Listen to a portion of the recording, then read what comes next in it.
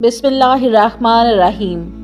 انفوٹیک and fact کے معزز ناظرین، میں ہوں ہنا محمود اور آپ دیکھنے اور سننے والوں کو السلام علیکم۔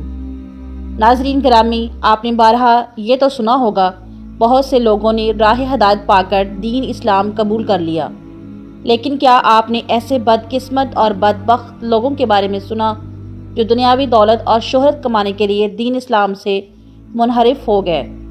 شوبز کی دنیا میں دولت اور شہرت پانے اور غیر مسلم آقاؤں کو تسکین دینے کے لیے انہوں نے کیسے اپنی ایمان کا سودا کیا؟ ان بدقسمت لوگوں کے بارے میں جاننے کے لیے اس قیمتی اور معلوماتی ویڈیو کو شروع سے آخر تک ضرور دیکھیے گا، جنہوں نے اس دین حق کو چھوڑ کر تباہی اور بربادی کے راستے کو چن لیا۔ آئیے چل کر موضوع کا باقاعدہ آغاز کرتے ہیں۔ ناظرین، سب سے پہلے بات کرتے ہیں پروین بابی کی۔ انڈیا کی ٹاپ ایکٹریس پروین بابی نے 1980 کی دہائی میں انڈین فلم انڈسٹری پر راج کیا اور ہر طرح کے رول ادا کیے۔ دولت اور شہرت پانے کے لیے ہر طرح کے فحش سین عکس بند کروائے۔ حالانکہ پروین کا تعلق ایک پختون قبیلے سے تھا۔ پروین کے باپ کا نام ولی محمد خان تھا۔ پروین امیتابھ بچن کی گرل فرینڈ بھی رہ چکی ہے۔ پروین کی خوبصورتی اور جوانی اتنی مسحور کن تھی کہ جو بھی دیکھتا دم بخود رہ جاتا۔ پروین نے امیتابھ بچن کے ساتھ فلم میں عکس بند کروائی۔ اس کے علاوہ کئی اداکاروں کے ساتھ اس کے ناجائز تعلقات بھی قائم رہے۔ فلم انڈسٹری کو چھوڑنے کے بعد ایک ہندو سادھو یوجے کرشنا مورتی کے ساتھ روحانیت کے لیے کئی ممالک کا سفر بھی کیا۔ یوں اس بدقسمت عورت نے اسلام کو چھوڑ کر عیسائی مذہب کو قبول کیا۔ پروین بابی 22 جنوری 2005 کی صبح ممبئی میں اپنے فلیٹ پر مردہ حالت میں پائی گئی۔ جب اس کو ریسکیو کیا گیا تو معلوم ہوا کہ یہ کئی دن پہلے ہی مر چکی تھی۔ کئی دن تک اپنے کمرے میں مردہ حالت میں پڑے رہنے کی وجہ سے اس کی لاش سے بدبو اٹھنے لگی اور کسی کو کانو کان خبر نہ ہوئی۔ عمر کے آخری حصے میں کئی طرح کی بیماریوں کا شکار ہو چکی تھی اور اس بدبخت کا خیال رکھنے والا کوئی نہ تھا۔ ناظرین، اب آپ کو دلشان کے بارے میں بتاتے ہیں۔ دلشان جو کہ سری لنکن کرکٹ پلیئر ہے، سری لنکن کرکٹ ٹیم کا سابق کپتان بھی رہا ہے۔ اس کا شمار دنیائی کرکٹ کے امیر ترین لوگوں میں ہوتا ہے۔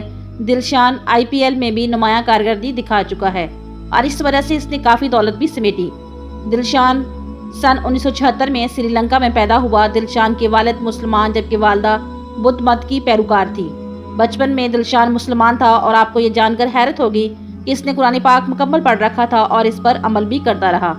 دلشان کو بچپن سے ہی کرکٹ کا بہت شوق تھا اور جوانی تک پہنچتے ہی ایک اچھا کھلاڑی ثابت ہوا، لیکن اپنے کیریئر کے لیے اس کو مختلف مشکلات اٹھانی پڑی۔ پھر ایک روز اس کے کرکٹ کوچ نے اسے یہ مشورہ دیا کہ اگر کرکٹ کی دنیا میں کامیاب ہونا چاہتا ہے تو دین اسلام کو ترک کر دو۔ پھر یوں ہوا کہ کوچ کی باتوں میں آ کر 16 سالہ دلشان نے دین اسلام کو چھوڑ کر بدھ مت کو اختیار کر لیا۔ کیونکہ بدھ مت سری لنکا کا سرکاری مذہب ہے، تو مذہب تبدیل کرنے کے بعد دلشان کو کرکٹ کی دنیا میں خوب پذیرائی حاصل ہوئی۔ نہ صرف کرکٹ کی دنیا میں بلکہ میوزک اور فلم انڈسٹری میں دلشان کو ہاتھوں ہاتھ لیا اور یہ راتوں رات دولت اور شہرت کی بلندیوں کو چھونے لگا۔ دنیاوی عیش و عشرت کی خاطر اس بدبخت انسان نے دین اسلام کو چھوڑ کر کفر کا رستہ اختیار کیا، جو کہ انتہائی افسوسناک ہے۔ ناظرین محترم، اب آپ کو جاوید اختر کے بارے میں بتاتے ہیں۔ جاوید اختر برصغیر پاک و ہند کا مشہور شاعر ہے۔ اس کا تعلق ہندوستان سے ہے۔ جاوید اختر اس وقت 78 برس کا ہو چکا ہے۔ جاوید اختر اردو ادب کا جگمگاتا ستارہ تصور کیا جاتا ہے۔ یہ ایک عمدہ لکھاری ہے۔ جاوید اختر 17 جنوری 1945 میں گوالیار مدھیہ پردیش میں پیدا ہوا۔ اس کے والد کا نام جانسار اختر تھا۔ اس کے والد بھی ایک شاعر تھے۔ اس کے دادا فضل الحق وادی برصغیر کے مشہور عالم دین تھے، جنہوں نے 1857 میں مذہبی بنیاد پر تقسیم ہند کی تحریک چلائی تھی۔ جاوید اختر اصل نام جادو تھا اور یہ نام اس کے والد جانسار اختر نے اپنی ایک ہندوستانی فلم کے گیت کی مناسبت سے رکھا تھا، اور اس کی وجہ یہ تھی کہ وہ اس دور کا کامیاب ترین گیت تھا۔ جاوید اختر نے لکھنؤ سے تعلیم حاصل کی۔ والد کی طرح اس کی قلم میں بھی ایسا جادو تھا کہ جو کوئی اس کا فن سنتا تھا وہ حیران رہ جاتا تھا۔ مسلمان گھرانے میں تربیت پانے والا جاوید اختر ہندو مذہب سے متاثر ہوا اور فلم انڈسٹری کی جگہ چوند روشنی کو دیکھ کر اس بدبخت نے بھی دین اسلام چھوڑ دیا۔ آج کل یہ بدقسمت کہتا ہے دنیا میں کوئی خدا نہیں ہے، نعوذ باللہ، اور اس کو بنانے والا بھی کوئی نہیں ہے، اور مرنے کے بعد کسی سے کوئی بھی احتساب نہیں ہوگا۔ یہ خود کو سرعام ملحد کہتا ہے، نعوذ باللہ، یعنی کہ لا دین، جس کا دین سے کوئی تعلق نہ ہو۔ بہرحال جاوید اختر چار ڈھال سے ایک ہندو معلوم ہوتا ہے، جبکہ یہ خود پرست شخص اپنے آپ کو ایک سچا ہندوستانی ثابت کرنے کی تگدو میں لگا رہتا ہے، اور اس وجہ سے یہ معاشی طور پر کافی خوشحال بھی ہو چکا ہے۔ انڈین حکومت اسے خوب نوازتی ہے، جبکہ فلم انڈسٹری میں بھی اسے عزت کی نگاہ سے دیکھا جاتا ہے۔ محترم، اب آپ کو وسیم رضوی کے بارے میں بتاتے ہیں۔ سید وسیم رضوی شیعہ مسلک سے تعلق رکھنے والا ہندوستانی ہے۔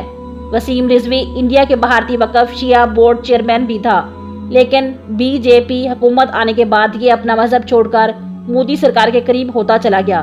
اس نے اسلام کے خلاف پروپیگنڈا کرنا شروع کر دیا۔ اس کام میں شدت اس وقت آئی جب وسیم رضوی نے مسلمانوں کی دل آزاری کے لیے نعوذ باللہ قرآن پاک میں موجود 26 آیات کو قرآن مجید فرقان حمید سے حذف کرنے کے لیے سپریم کورٹ سے رجوع کیا۔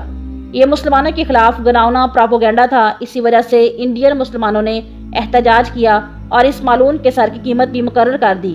اس کے بعد اس معلوم نے ہندوؤں کے پاس مکمل پناہ حاصل کرنے کے لیے غازی آباد میں ایک مندر میں تقریب کے دوران باقاعدہ اعلان کر دیا کہ وہ دین اسلام کو چھوڑ کر ہندو مذہب میں شامل ہو رہا ہے، اور اس تقریب میں بطور آگ کی پوجا کر کے اپنے آپ کو ہندو ثابت بھی کر دیا۔ انڈیا کے اسلامی علماء نے اس کے خلاف فتویٰ بھی جاری کیا، جبکہ وسیم رضوی کو مودی حکومت کی جانب سے مکمل پشت پناہی حاصل ہے، اور اب تو اس نے اپنا نام بھی تبدیل کر لیا ہے۔ اس کا ہندوانہ نام جتیندر نارائن سنگھ تیاگی ہے، اور اس بدبخت انسان نے وصیت بھی کی کہ مرنے کے بعد اس کو جلایا جائے۔ ناظرین گرامی، آخر میں ذکر کرتے ہیں زین ملک کا۔ زین ملک برطانیہ سے تعلق رکھنے والا گلوکار ہے۔ زین ملک کا والد یاسر ملک مسلمان ہے اور پاکستان سے تعلق رکھتا ہے، جس نے UK کی ایک گوری کے ساتھ شادی کر رکھی ہے، جس سے 3 بیٹیاں اور ایک بیٹا پیدا ہوا۔ زین ملک نے اپنے بچپن میں قرآن پاک کی تعلیمات بھی حاصل کی۔ زین ملک کی پرورش اسلام کے مطابق ہی ہوئی، اور ایک برطانوی فیشن میگزین واقعوں کو انٹرویو کے دوران زین ملک نے انکشاف کیا کہ وہ اب مسلمان نہیں رہا، کیونکہ وہ اپنی زندگی کو مسلمانوں کے مطابق نہیں گزارتا۔ زین ملک باکسر بھی رہ چکا ہے۔ ایک بار اس نے برطانیہ کے ایک شو میں شرکت کی اور اس شو میں اپنا ٹیلنٹ دکھایا۔ اسی شو سے اس کی شہرت کا سلسلہ چل نکلا۔ شہرت کو سنبھالنے کے لیے اس نے اسلام سے دوری اختیار کر لی اور خود کو ملحد کہنا شروع کر دیا۔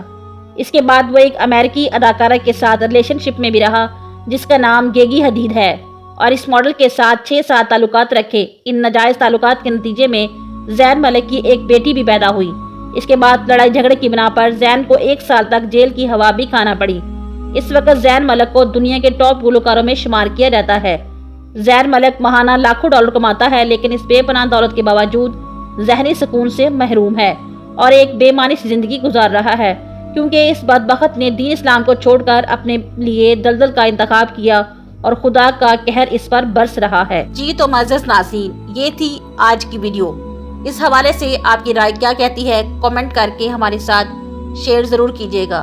اگلی ویڈیو تک اپنا اور اپنے پیاروں کا خیال رکھیے گا۔ اللہ نگہبان۔